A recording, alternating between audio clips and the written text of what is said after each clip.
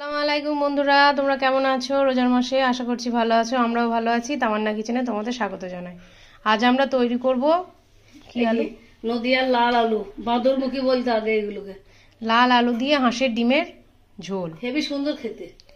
আলু আলু, হাঁসের ডিম, মেয়ে খায় না বলে পোলট্রি ডিম, আদা রসুন, পেঁয়াজ মশলাটা বাড়বার, গুঁড়ো মশলা।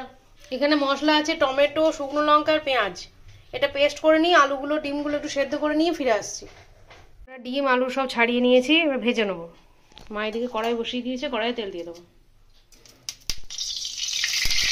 আমরা ডিমগুলো লাল লাল করে ভেজে নেবো। আমাদের ডিমগুলো লাল লাল ভাজা হয়ে গেছে, আমরা তুলে নেবো। আলুগুলো একটু ভেজে নেবো এই তেলে।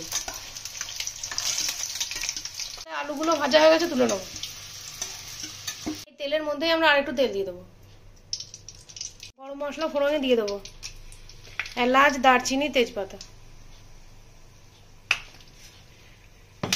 মশলার যে পেস্ট আছে ওটা দিয়ে দেবো। পেঁয়াজ, টমেটো, শুকনো লঙ্কা পেস্ট।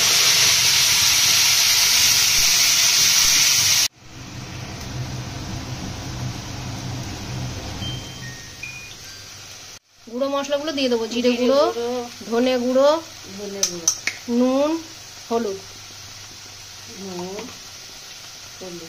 হলুদ গুঁড়ো। আদা রসুন হয়ে গেছে, জল গরমটা দিয়ে দেবো।